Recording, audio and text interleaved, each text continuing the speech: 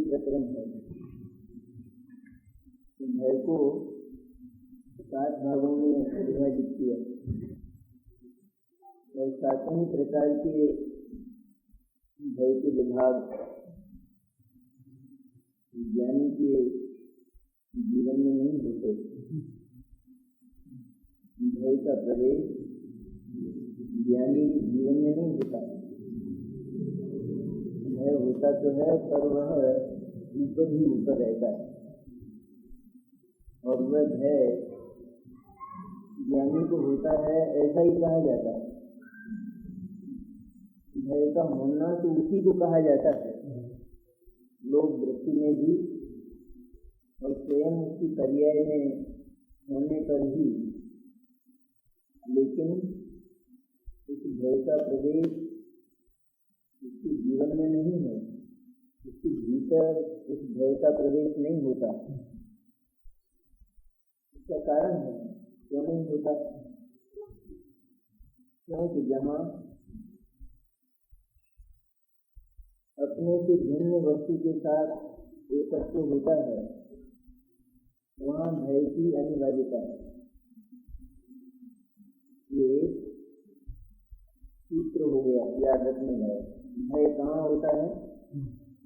जहाँ अन्य वस्तु में अपनी सत्ता का भ्रम होता है, कल्पना होती है, अन्य वस्तु के साथ एकत्व होता है, अन्य वस्तु को आत्मा, आत्मा का हिस्सा, आत्मा का कारण, आत्मा का कार्य कुछ भी माना जाता हो, तो वहाँ निश्चित रूप से भय होता है। और वो भय ऐसा होता है जिसमें जीवन का अंत लगता है। क्योंकि जिस वस्तु के साथ एकत्र किया गया है, पहली बात तो ये कि वो वस्तु उसकी नहीं, उस पर उसका अधिकार नहीं। और उस वस्तु के जिन परिणामों को आत्मा माना गया है, आत्मा का माना गया है, ये परिणाम अस्थायी हैं, क्षणभंगुर हैं। वे परिणाम वैसे के वैसे और वे के वे रहने वाले नहीं हैं। इसलिए जो ही उनमें परिवर्तन होता है तो अज्ञानी को भय होता है। कैसा भय होता है? भीतर से मेरा प्राणांत हो रहा है, मेरा प्राणांत हो जाएगा, मैं मर जाऊंगा, मेरा अनिष्ट हो जाएगा। लेकिन जिसने इन सबसे पार अपने चैतन्य का दर्शन किया तो वहाँ निर्भयता की अनिवार्यता है। वहाँ निर्भयता नियम से होती है। क्योंकि जो स्वसत्ता है उसमें 3 विशेषताएं हैं। एक तो यह कि वो अपनी है, दूसरा ये कि उसमें कोई परिवर्तन ही नहीं होता, और तीसरा ये कि वो संपूर्ण है। इसलिए वहाँ भय के उत्पन्न होने की कोई गुंजाइश नहीं है, कोई अवकाश नहीं। कहाँ भय होता है सचमुच? जहाँ अपने से भिन्न वस्तु के साथ एकत्र होता है, इसमें अपनी सत्ता का भ्रम होता है। इसका अपनी सत्ता के साथ किसी भी प्रकार का थोड़ा भी, जरा सा भी, वंश भी कोई संबंध जाना जाता है, माना जाता है, तो वहाँ नहीं चाहते हुए भी भय होगा और उसका नाम भय है। तो जहाँ सत्ता का खतरा मालूम होता हो, अपनी सत्ता सदा ही असुरक्षित मालूम होती हो, उसका नाम भय है। सत्ता को देख लेने पर, चैतन्य का अनुभव कर लेने पर भय कपूर हो जाता है। क्यों हो जाता है? जिस सत्ता का दर्शन किया चैतन्य का, यही मैं हूँ, वही मैं हूँ, इस प्रकार की प्रतीति और अनुभूति का जन्म होता है। और वह सत्ता जिस प्रकार की है, ठीक वैसी ही अनुभूति होती है। क्योंकि वो सत्ता शाश्वत है, ध्रुव है, नित्य है, सुरक्षित है, इसमें परिवर्तन नहीं है और वो संपूर्ण है, उसमें किसी दूसरे का अधिकार नहीं है, प्रवेश नहीं है। इस तरह की सुरक्षित सत्ता की अनुभूति कर लेने पर भय की जो जड़ है वो समाप्त हो जाती है, भय का मूल समाप्त हो जाता है। इसके बाद जो भय बचता है उसको भय नहीं कहते। इसलिए नहीं कहते क्योंकि उस भय का संबंध अपनी सत्ता से नहीं है, उस भय का संबंध अन्य से है। किंतु जो भय रहता है, ज्ञानी को भी होते हैं ना अनेक प्रकार के संयोग, विचित्र प्रकार के कर्मों का उदय, और उस उदय में विविध प्रकार के भाव, 7 प्रकार के भय, 7 प्रकार के भय देखे जाते हुए भी ये भय ऊपर ही ऊपर तैरते हैं। क्यों तैरते हैं? क्योंकि प्रतीति की दृढ़ता यह है, भीतर निरंतर विश्वास ये प्रवर्तित होता है कि मेरी सत्ता को आँच आने वाली नहीं है। और ये जो भय है यह एक कमजोरी है, थोड़ी बची हुई। क्योंकि ज्ञानी उसको कहते हैं कि जो पूरा सबल भी ना हो और पूरा निर्बल भी ना हो, पूरा पवित्र भी ना हो और पूरा अपवित्र भी ना हो। तो जो अपवित्रता शेष है वह परिणमन तो करती है, उसकी पर्याय तो होती है, और उसकी पर्याय 7 भय के रूप में होती है। तो वो पर्याय होने पर भी भीतर जो बल पड़ा है, बल मैंने सत्ता की जो प्रतीति पड़ी है, उसका नाम पवित्र पर्याय, उसका नाम निर्मल पर्याय, उसका नाम सबल पर्याय। इस पर्याय में अनुभव सदा यह है कि मेरे को कोई खतरा ही जगत में नहीं कभी भी, क्योंकि चैतन्य का अंत कभी नहीं होता। ये जो प्रतीति की दृढ़ता भीतर चलती है धारावाहिक, इसके साथ में भय की लहरें भी आ जाती हैं, लेकिन ये भय की लहरें ऊपर ही ऊपर रहती हैं, उसका जो भीतरी तल है उसका स्पर्श वहाँ नहीं होता। जिस पानी में लहरें उठती हैं वो लहरें पानी का जो तल है भीतर का उसका स्पर्श नहीं करती है, ऊपर ही ऊपर आती है और ऊपर ही ऊपर चली जाती है। इसी तरह विविध परिस्थितियों में ज्ञानी को भी भय हो जाता है। तो जीवन में कुछ कमजोरियाँ शेष हैं, लेकिन उन सारी परिस्थितियों का संबंध अपनी सत्ता से न मानने के कारण, उनके साथ अत्यंत परत्व होने के कारण भय अनंतमा भाव रह जाता है, तो जिसको आचार्य भय की संज्ञा नहीं देते। ज्ञानी के लिए कहा जाए तो डरता है, फिर वो ज्ञानी कैसा? इसलिए उसके लिए तो डर शब्द का प्रयोग ही सचमुच लांछन है, कलंक है। ज्ञानी के लिए ये प्रयोग किया जाए तो ज्ञानी तो डरता है निरंतर, तो रागी है, तो द्वेषी है, तो पाप करता है, इत्यादि शब्दों का प्रयोग ज्ञानी के लिए इसलिए नहीं किया जा सकता क्योंकि ज्ञानी ने इन वृत्तियों से सदा के लिए अपना अत्यंत संबंध विच्छेद कर लिया है, और उसके कारण ये वृत्तियां होने पर भी वह इनके साथ एकाकार होकर आत्मभाव से, तादात्म्य भाव से परिणमित नहीं होता। इसलिए तादात्म्य भाव से परिणमित होने पर जिस भयंकर विकार का जन्म होता है वो ज्ञानी को कभी भी नहीं होता। विकार अनंतमा भाग रह जाता है कि जिसको विकार नहीं कहते। ये वृक्ष टूट जाने पर भी हरियाली रह जाती है, लेकिन अब जो समझता है उस वृक्ष के रहस्य को, उसका उस हरियाली पर कोई वजन नहीं। कहना ये चाहिए कि उसको वृक्ष में हरियाली दिखती ही नहीं। हरा होने पर भी जो वृक्ष टूट चुका है उसमें वृक्ष का रहस्य जानने वाले व्यक्ति को हरियाली दिखती ही नहीं, और वृक्ष पूरा का पूरा हरा है, लेकिन वो नहीं दिखती है देखने वाले। क्या दिखता है उसको? ये दिखता है कि ये तो सूख गया, सूख जाएगा, सूखा नहीं है। लेकिन ये जो हरियाली है, इस हरियाली का कोई महत्व नहीं है, इसकी कोई कीमत नहीं है, इस हरियाली की जड़ नहीं है। ये जहाँ से हरा रहता था, इस हरियाली का जन्म जहाँ से होता था, जो इसको हरा रखता था, वो समाप्त हो गया है। इसलिए इसकी कोई कीमत, इसका कोई महत्व नहीं रह गया है। इसलिए निरंतर उसको वृक्ष सूखा नजर आता है। ये एक नए हुआ नहीं हुआ जैन धर्म में नए किस लिए? इसलिए है वृक्ष हरा रहने पर भी सूखा दिखाई देता है, ठीक है। और जिस वृक्ष ने जड़ पकड़ रखी है वह सूखा दिखाई देने पर भी हरा दिखाई देता है।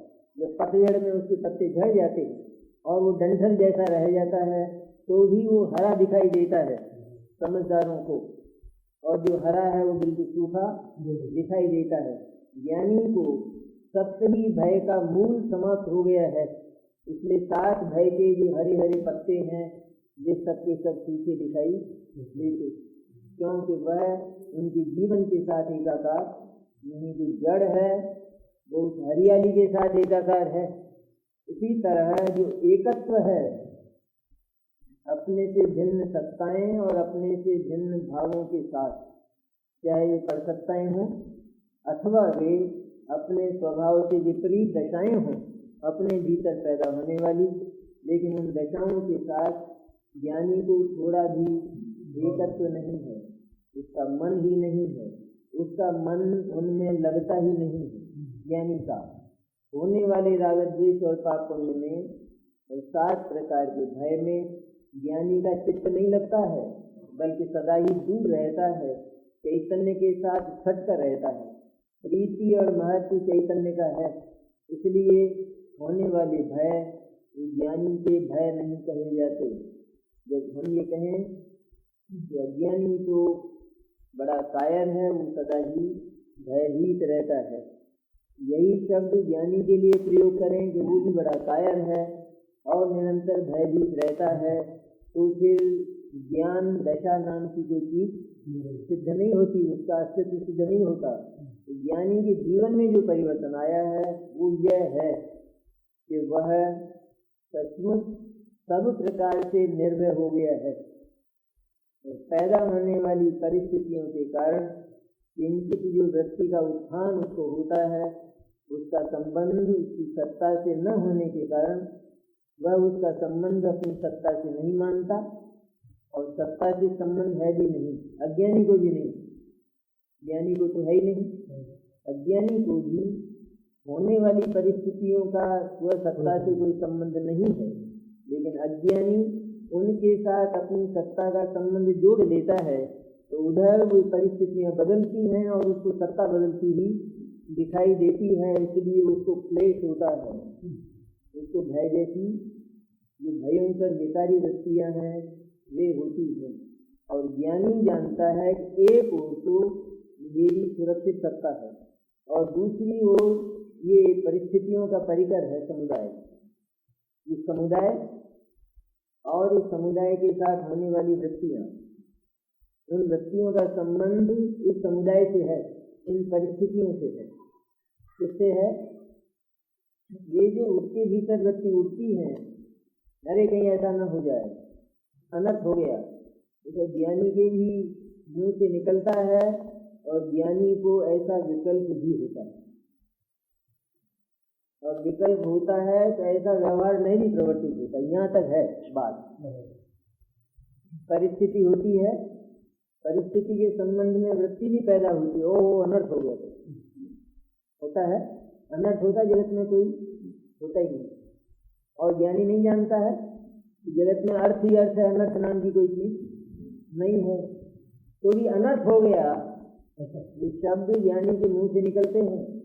ऐसा विकल्प भी, ऐसा अरति रूप विकल्प भी, द्वेष रूप विकल्प भी ज्ञानी को होता है, और उसके साथ में ज्ञान का एक हिस्सा भी परिवर्तित होता है, व्यवहार नए।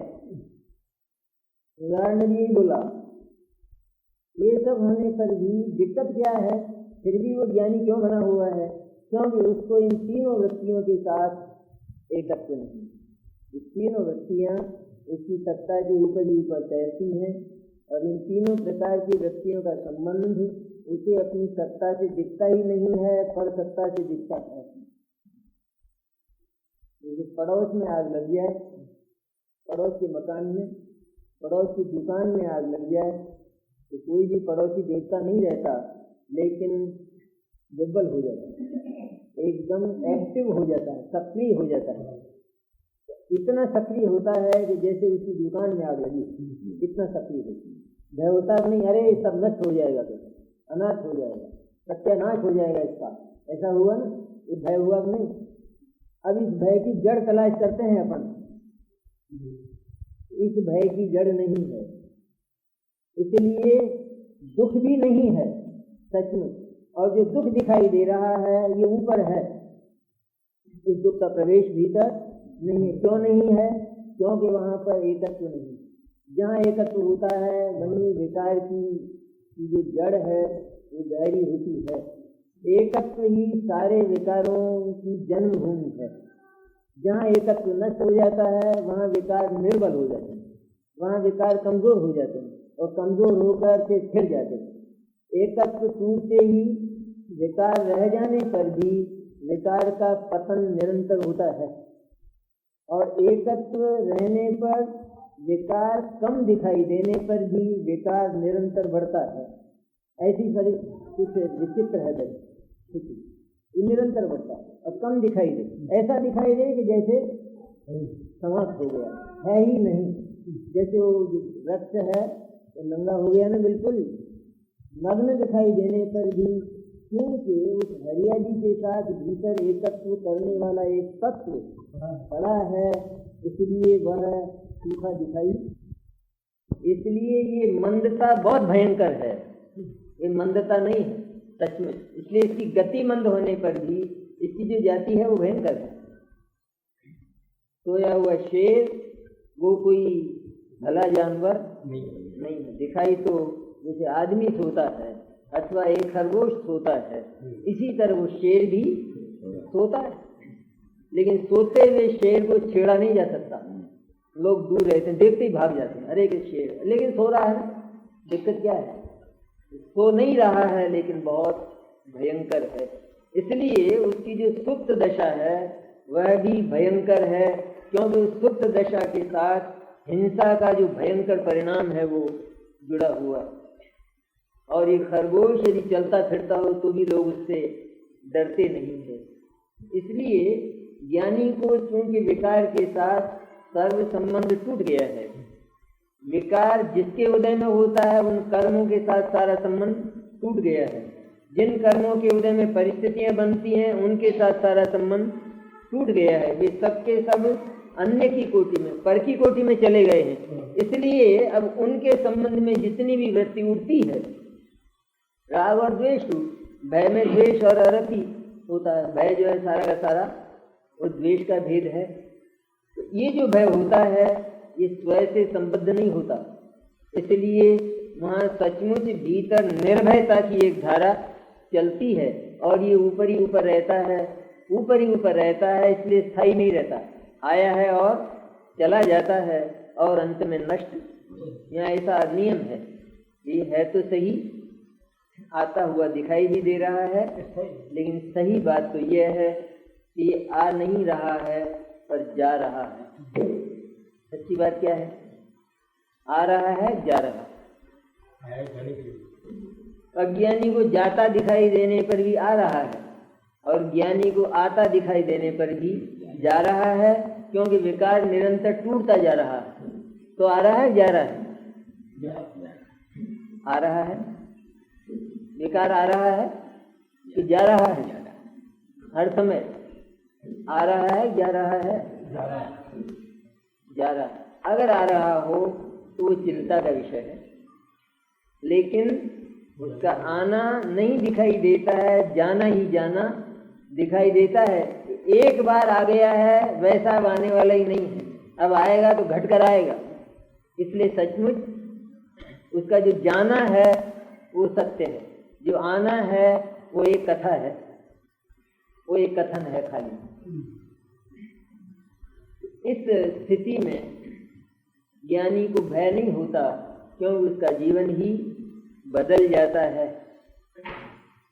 वेदना का हुआ था अपना, अब अरक्षा भय का काव्य है।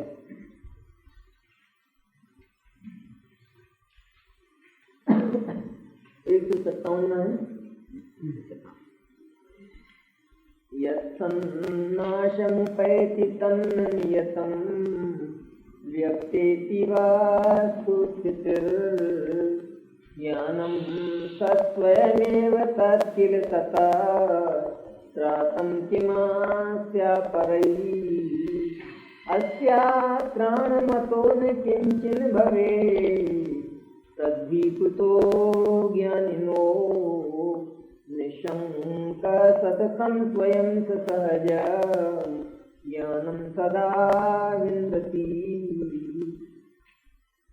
जो सत है वह नष्ट नहीं होता, ऐसी वस्तु स्थिति नियम रूप से प्रकट है। ये ज्ञान भी स्वयं सत है, इसलिए नाश को प्राप्त नहीं होता। इसलिए पर के द्वारा उसका रक्षण कैसा? अरक्षा भय ज्ञानी को नहीं है। उसका कारण क्या है? जहाँ अज्ञानी सदा ही अपने आप को अरक्षित अनुभव करता है, हमेशा ही ये अनुभव करता है ना कि मैं तो सदा ही किसी न किसी खतरे में हूँ, सारा जीवन संकट से भरा हुआ है, न मालूम कब कौन सा संकट और कौन सी विपत्ति आएगी और मेरा नाश हो जाएगा। ये तो अज्ञानी के बोल, निरंतर यही रहता है, अनिष्ट का भय, अनिष्ट के आने की चिंता। अब यहाँ हेतु देते हैं पहले तो, और उस हेतु को अर्थात उस वस्तु स्थिति को, जो प्रकट वस्तु स्थिति है नियम रूप से, जिसमें कभी परिवर्तन संभव नहीं, ऐसा नियम, ऐसा कानून जो सत्य है वह नष्ट नहीं होता है। तो साइंस तो बाद में बोली ना, ये तो पहले से बोले हैं, तो साइंस तो अब बोली है कि जो सत्य है उसका नाश नहीं होता। नथिंग इज डिस्ट्रॉयड, है ना राजकुमार जी? कुछ भी नष्ट नहीं होता है, और जो नहीं है उसका उत्पाद नहीं होता। नथिंग इज क्रिएटेड, कुछ उत्पन्न नहीं होता है और कुछ भी नष्ट नहीं होता है, केवल रूप बदलते हैं, केवल पर्यायें बदलती हैं, ऐसा नियम है। ये 2000 वर्ष पहले बोले हैं, साइंस बोली है जी 200 वर्ष। कौन सा विज्ञान सत्य है? कौन सा विज्ञान एकदम स्पष्ट है, निर्मल? जो सत्य है तो वही भाषा है एकदम, जो सत्य है वो नष्ट नहीं होता। यहाँ ये भी कथन नए से है, क्योंकि उत्पाद और व्यय दोनों सत्य हैं। क्या उत्पाद और व्यय दोनों सत्य हैं, पर यहाँ ध्रुव सत्य की चर्चा है। यहाँ उत्पाद और व्यय की चर्चा, उत्पाद में जो पर्याय पैदा हुई वो पर्याय भी सत्य है ना? पैदा हुई है कि नहीं? उसका भी जीवन है ना, उसकी भी सत्ता है कि नहीं पर्याय की? लेकिन यहाँ कहते हैं जो सत्य है वो नष्ट नहीं होता। यद्यपि उत्पाद नाम का सत्य नष्ट होता है, लेकिन यहाँ उस सत्य की चर्चा है कि जिसका नाश, हाँ, उस सामान्य सत्य की चर्चा है। हाँ, उस लोक के जो उपादान रूप सत्य हैं, जीव, पुद्गल, धर्म, अधर्म, आकाश और काल, ये जो द्रव्य हैं सत्य रूप में, इनके द्रव्य का कभी नाश नहीं होता। तो जो सत्य है वो नष्ट नहीं होता, ऐसी वस्तु स्थिति नियम रूप से प्रकट है। एक तो क्योंकि वस्तु व्यवस्था ही ऐसी है, इसलिए वह नियम हुआ, एक बात तो ये। दूसरा क्या कहते हैं आचार्य कि दुनिया को ये वस्तु व्यवस्था दिखाई नहीं देती, लेकिन ये तो प्रकट है, इसमें अप्रकटता क्या है? किसी का भी नाश होता हुआ नहीं देखा जाता, केवल उसके रूप, उसकी पर्यायें, उसकी अवस्थाएं बदलती हुई देखी जाती हैं। जो आत्मा है वो स्वयं भी, चाहे वो अज्ञानी हो, लेकिन वो किसी न किसी रूप में ये विश्वास करता है कि मैं जो कल था वही आज हूँ। ये विश्वास हो, अगर उसका ये विश्वास समाप्त हो जाए तो उसका सारा व्यवहार समाप्त हो जाएगा, कोई व्यवहार बचेगा नहीं। क्योंकि जो कल किया था वो कल वाले ने किया था, और जो कल वाला है वो आज नहीं है। इसलिए कल की सारी बात, कल की सारी घटनाएं, कल की सारी परिस्थितियां, कल का संपूर्ण लोक व्यवहार वो समाप्त हो जाएगा, और वह उस व्यवहार का अनुभव कोई चीज नहीं रहेगी। इसलिए अज्ञानी भी अपने मतलब की जगह अपने को स्थायी अनुभव करता है। मतलब की जगह जहाँ खास मतलब सिद्ध होता है वहाँ वो मौत मानता है। तो मरना है कहते हैं एक दिन, जब मरना है तो फिर तेरा ये जीवन कैसा, कल जो था वही आज है, ये कैसे? जिसने कल कोई काम किया था वही आज कोई काम कर रहा है, ये अनुभूति कैसे होती है तुझे? इसका अर्थ यह है कि जहाँ गरज है वहाँ तू अपने आप को स्थायी अनुभव करता है। और जो आचार्य हैं वे तुझे पूर्ण निर्भय बनाने के लिए एक नियम का दर्शन कराते हैं कि सचमुच तू सदा ही स्थायी है और नित्य है। ऐसी अनुभूति कर तो जीवन से सारे विकारों का निष्कासन हो जाएगा, बहिष्कार हो जाएगा। ऐसी वस्तु स्थिति नियम रूप से प्रकट है। यह ज्ञान भी स्वयमेव सत है, ज्ञान भी अर्थात आत्मा भी सत है, ज्ञान भी शत्रु वस्तु है। ज्ञान मय जो आत्मा है, ज्ञान मय जो चैतन्य है, ज्ञान आत्मा को कहा है। ज्ञान मैंने सिर्फ ज्ञान नाम का गुण नहीं, आत्मा भी, लेकिन आत्मा को ज्ञान के नाम से ही पुकारा जाता है।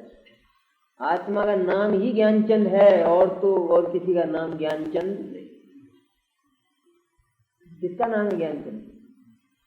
आत्मा का ही नाम, और किसी का नाम है ही नहीं जगत में। क्योंकि आत्मा ज्ञान ही है, ज्ञान स्वरूप ही है, वही उसका असाधारण धर्म है, वही उसकी संपत्ति है। और ज्ञान के साथ रहने वाले सारे गुण उसमें गर्भित हो जाते हैं। इसलिए ये ज्ञान भी स्वयमेव सत्य है। वैसे भी देखा जाए तो ज्ञान का नाश कैसे होगा? जहाँ प्रति समय ज्ञान की अवस्था हो रही है, ज्ञान की कोई न कोई पर्याय प्रति समय होती है, तो वहाँ ये आवश्यक है कि उस ज्ञान की पर्याय को जन्म देने वाला कोई स्थायी तत्व वहाँ पर चाहिए, और उसको ज्ञान गुण कहते हैं। इसलिए उसका नाश भी नहीं होता है। ये जितनी भी कहते हैं ना, जितनी पर्याय होती है ज्ञान की, सारी पर्यायें उस ज्ञान तत्व है भीतर स्थायी, उसको प्रकट करती हैं। नाश नहीं होता है।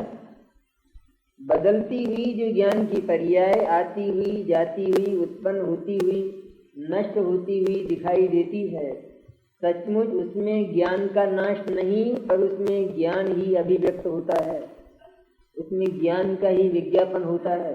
ज्ञान की हर पर्याय ये कहती है कि भीतर ज्ञान का भंडार भरा है, बस इतना है काम उसका, और कुछ नहीं। दीपक का प्रकाश चाहे मंद हो अथवा तेज हो, लेकिन वो ये बताता है कि भीतर प्रकाश तत्व भरा है भीतर। ऐसा जो ज्ञान है अर्थात आत्मा है, ज्ञान तो वस्तु ही तो कहा ना, ऐसा जो ज्ञान है वह स्वयं वस्तु स्वरूप है, वस्तु रूप है वो स्वयं, और उसका नाश कभी नहीं होता है। तो ज्ञान भी स्वयं सत है, इसलिए नाश को प्राप्त नहीं होता। इसलिए पर के द्वारा उसका रक्षण कैसा? आत्मा अरक्षित तत्व है और उसकी रक्षा करना चाहिए। यह बात क्या है? क्या कहा जाए? क्या कहा जाए? यह आत्मा नाम के तत्व पर बहुत बड़ा कलंक है। ये आत्मा की बहुत बड़ी बदनामी है। जीव को जीव की रक्षा करना चाहिए। ये क्या है? ये है? एक बहुत बड़ी बदनामी है। जो आरक्षित ही नहीं है उसकी सुरक्षा कैसी? जो सुरक्षित ही है उसकी आरक्षा कैसी? जो सुरक्षित है उसको आरक्षित करने का प्रयत्न कैसा?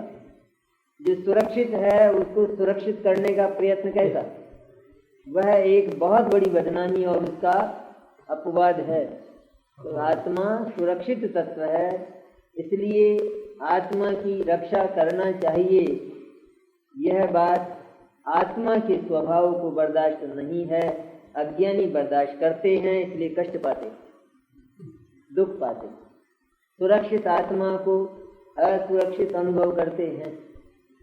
हेतु कैसे दिए हैं आचार्य ने? जबरदस्त हेतु दिए हैं।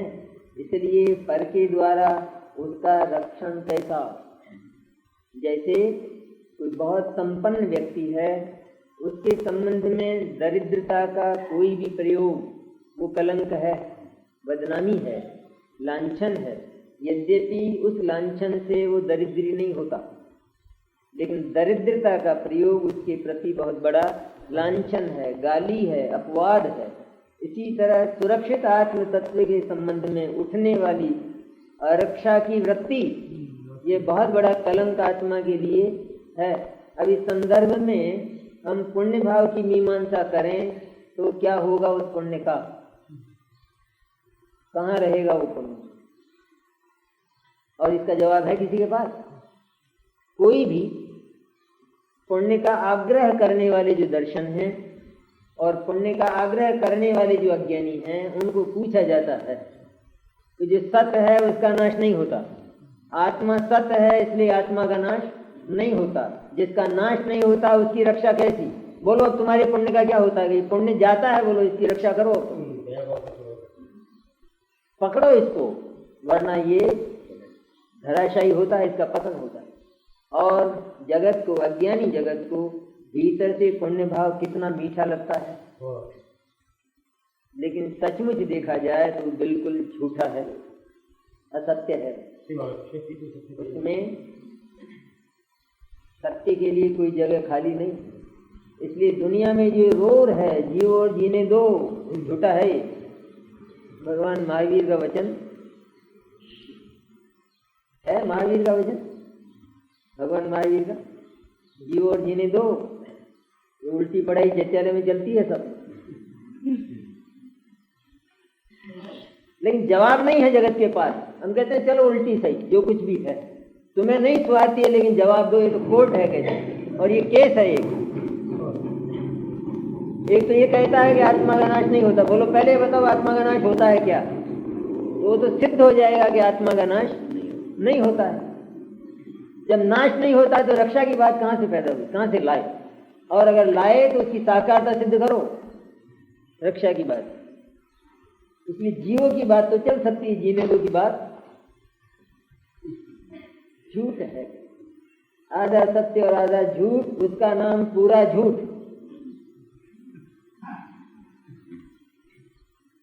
इसलिए पर के द्वारा उसका रक्षण कैसा आगे करेंगे।